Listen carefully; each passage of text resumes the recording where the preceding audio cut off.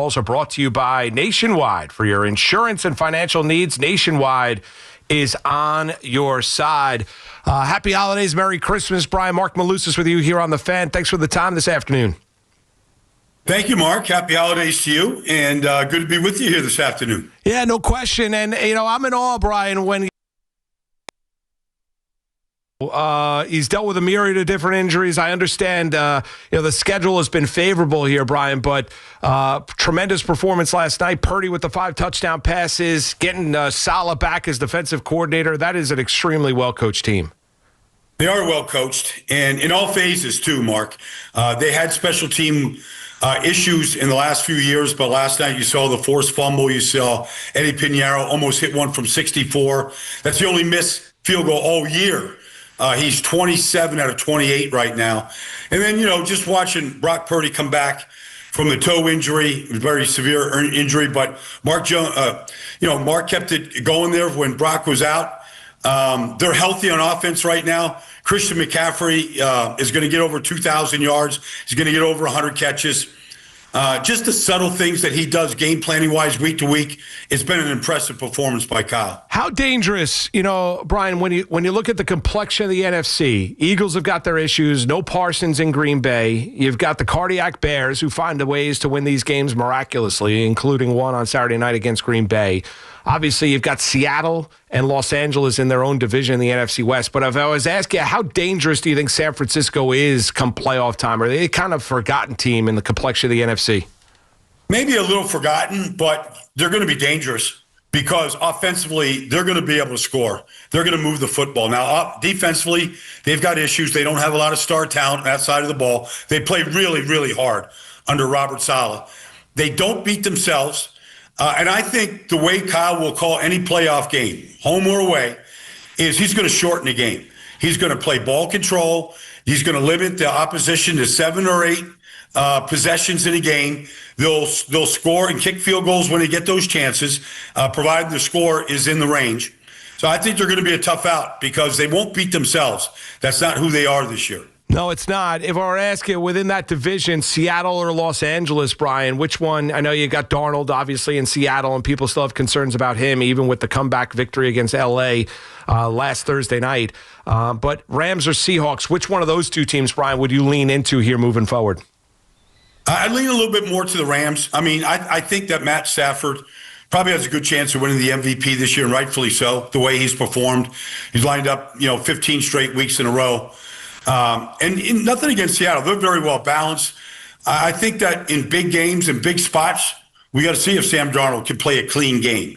We're pretty sure that Matt Stafford can. Can Sam Darnold in a big spot, in a big game, playing a clean game? We all have some doubts about that. We saw that last Thursday night. They split between the Rams and Seattle. Both games were could have gone either way. Came down to really the final possession. So, but I'd lean a little bit more towards the Rams right now. Staying in the NFC and focusing on the Giants here, Brian, I'm curious. 2 things. I want to ask you about Dart. What you've seen from him since, suffering the concussion and obviously the loss of his head coach in Brian Daboll in a game, this past week where the Giants tried to run it. He only attempted 13 passes, and it seemed from the naked eye that he did not want to run it or take unnecessary hits. What have you seen here as of late from Jaxson Dart? I haven't really seen that. I mean, I'd like to see him surrounded with some real talent. Yeah. I'm getting a little tired, like all Giant fans, of seeing receivers just drop passes one after another. I mean, the interception last week that, really put the Vikings in good position was right through Theo Johnson's hands. We've seen 2 drops last week, a bunch during the season. I'd like to see him with some real top-notch talent, not just neighbors, but really a top-flight tight end, some running backs that can really do some damage. I just feel like we're not seeing anywhere near the best of them. I mean, even last week, once Minnesota realized that they really didn't have an answer to the blitz zero looks, they just kept coming after him with it. They never really hurt him with it. And so I think Dart's going to be okay. He has taken too many hits, but I don't think he's reluctant to run. He ran on, short yardage, goal line, head first, getting the first downs. I just want to see him with better talent around him right now. When you look at the future for the Giants, and Brian, you know this, Giant fans are thinking about who's going to be coaching this team. McCarthy's out there. They're looking at coordinators across the league. I want to throw a name out there if he shakes free. What about the idea of John Harbaugh, who's now getting asked about his future down in Baltimore? Ravens have had a disappointing season, banged up. Lamar hurt back once again Sunday night. We saw that, knocked him out of the Patriot game. What about if Harbaugh shakes free? Do you think he would be a guy that would fit New York with the Giants? Yeah, I do. If a change is needed in Baltimore, if a change gets made, I would love a guy that's still in his prime, has coached a lot of big games, has always had great kickers, something the Giants probably they'd be happy with just an improved kicking game at this point right now. But he's a disciplined coach. He gets guys to play to his vision. He'll get a good staff. I think he'd be a really good prospect if he would shake loose in Baltimore. Would he move to the top of your list, Brian? He'd be right at it. I mean, I'd look at some of the coordinators because we're seeing what Liam Cohen has done. We're seeing what good coordinators can do in this business and how they can turn things around. So I'd take a look at some of the young guys that are out there right now. But honestly, you'd be hard-pressed to find a more complete coach and a guy that has done it, like John Harbaugh, from winning a Super Bowl to getting to the playoffs to taking a guy like Lamar Jackson, who was drafted at the bottom of the pit. Nobody thought he could become an MVP of the league when he was drafted, and he got the right coaches and personnel and style of offense where he was a two-time MVP. So I think your quarterback would flourish.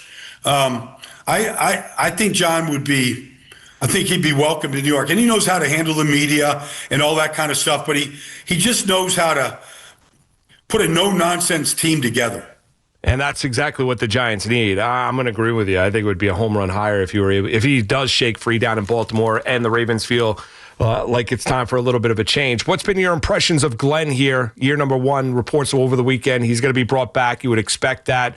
Obviously, they've made some changes and some trades at the NFL trade deadline, but Wilkes out as defensive coordinator last week. What's been your impressions of Aaron Glenn year one as Jets head coach?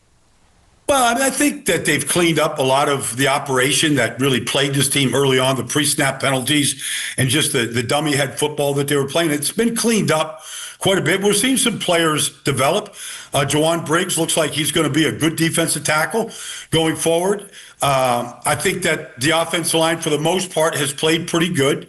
They need a quarterback. I mean, all you have to do is watch that game last week against New Orleans and look at Tyler Shuck on one side, complete pass after pass. He completed so many passes to Chris Olave, and when Olave didn't have a quarterback, he was invisible in this business. You didn't even know he was out there.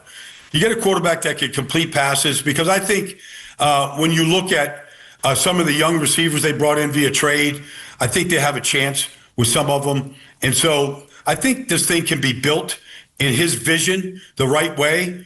But, I think they've got to make some real strong personnel decisions, including they got to figure out what they want on defense and who they want to call the defense, because that's going to be important when you go up against much improved teams in New England and then what Josh Allen and the Bills provide. We're talking to Brian Baldinger. Insider calls are brought to you by Nationwide. For your insurance and financial needs, Nationwide is on your side. Brian, we did the overall complexion NFC. I want to flip it over to the AFC here. Playoffs are going to look different. Allen's still going to be there, but, no Mahomes, no Burrow. Some of the names have changed. I understand so there are some that had Kansas City Chief fatigue. It's going to be odd, I'll be honest with you, watching these playoffs in the AFC and not seeing a game that involves Andy Reid and Patrick Mahomes. Well, 5 straight. Let's see, 7 or 8 straight AFC championship games went through Kansas City. So that's not going to happen this year. But the teams that have replaced him, in Denver is a very good football team with a good, young, dynamic quarterback in Bo Nix, a defense that can sack the quarterback. They got a reigning defensive player of the year in Patrick Surtain, a really good multiple defense. Jim Harbaugh just knows how to coach. And really the Chargers are going to be a problem because they don't beat themselves. They can run the football. The quarterback is a star. He needs to win playoff games. So I think, what New England is doing right now is a complete rebuild right in front of us with a really good young quarterback. And so I feel like there's some, and then if you look at what Jacksonville is doing right now, I think that and what Houston can do defensively, I don't think that we're going to go to this postseason and go, boy, we missed Patrick Mahomes and the Chiefs. I think we're going to see like a bunch of really competitive games that come down to final possessions, big plays, star power, young players developing and emerging right in front of us. So I think it's going to be healthy for the league right now in this postseason. Yeah, Brian, and the team that you mentioned last is the one that intrigues me the most when it comes to the complexion of the AFC, and that's the Texans. Pound for pound, best defense in the NFL. I think Stroud learned a little bit from Davis Mills stepping in when he was dealing with that concussion, that you don't have to do too much. That's how good that defense is. I think they're going to be, and they're riding the 7-game winning streak. They survived a little bit of a scare by the Raiders on Sunday. That Texans team is going to be really dangerous come playoff time. I completely agree. They changed offensive line coach, offense coordinators last year. The quarterback isn't getting hit like he was getting hit. But they do enough offensively. If they score 20 points, they're probably going to win most games. You saw last week Darryl Stingley Jr. take a pick six back. But, I know Myles Garrett's probably going to win the Defensive Player of the Year, win rightfully so. But if the runner-up is going to be Will Anderson. Nobody in this league plays harder than Will Anderson. Nobody wants to see that guy in a playoff spot, how hard he plays, how well coached they are defensively. They don't have a weakness defensively, not one. And they can affect the quarterback. They're going to be a problem. They're going to be a hard out when they get to the postseason because they are going to get there. Yeah, they are going to get there. NFC South, Brian, I want to ask you, which team are you taking, Panthers or Bucks? I'm going to see the Panthers this weekend. As good as, they obviously knocked off Tampa last week, but they see Seattle this week at home. Like, that's a tough game for them. But I like what I'm seeing from Carolina. They're very well coached defensively. They have a lot of they look like an expansion franchise. Guys have come from all different teams. Yeah. They've been molded and well coached. And they do just enough offensively to give you some cause for concern. I'm going to take the Panthers because I don't trust the Bucs defense right now in any kind of a big game. Yeah, and they've obviously the 3 straight losses for Tampa Bay at home to New Orleans and Falcons, and then on the road last week to Carolina. And the magic with Baker Mayfield, that's the other issue. I mean, there was a point in time, first 6-7 weeks of this season, Brian, when you talked about Baker Mayfield, who's an MVP candidate, that magic, and I understand they've been hit by injuries, but that magic is worn off. It has, and really, all the guys that were injured, from Mike Evans to Chris Godwin to Bucky Irving to Tristan Wirfs, all those guys that were injured are all back. And so even with everybody back in the lineup last week, they couldn't, they couldn't overcome a 3-point deficit in the fourth quarter to go win a game, which was for first place in that division. And so he can still, Baker can still get out of harm's way. He can still go scramble for a first down. But the big throws that we saw him make early this year to win games and throughout the year last year, we're not seeing those right now. Brian, last one for you, and that is with what we saw last night with Rivers and really what we've seen from him the last 13 days. Just that you played the game, to be out of football for 5 years, and then to step back in and play quarterback. And I understand there's limitations. He's 44 years old, but that is it's such an easy story to root for. And honestly, after watching the last 2 games, Seattle and last night against San Fran, I miss Rivers in the NFL. Well, you miss his fire, but this is what has not been replaced. The arm is diminished. The legs aren't taking him anywhere, but the mind is still sharp as can be. And he's got a shot, put the ball, to his receivers, but tough and smart. And there's still a place for quarterbacks in this league that can beat you with what they see pre-snap. You can't fool him. He gave him a chance last night. They put up a good number of points. Defense let him down. But yes, there's a place for a quarterback that has, they always say this, Mark. They say the problem with experience is by the time you get enough of it, you're too old to enjoy it. Phillip Rivers can still enjoy a little bit because of the experience that he still holds. Yeah, there's no doubt. Hey, Brian, always great talking a little NFL with you. Happy holidays to you and your family. Appreciate the time today. Right back at you, Mark. Happy holidays to you. You got it. That was Odyssey NFL insider Brian Baldinger, host of the Best Football Show podcast. Insider Calls are brought to you by Nationwide. For your insurance and financial needs, Nationwide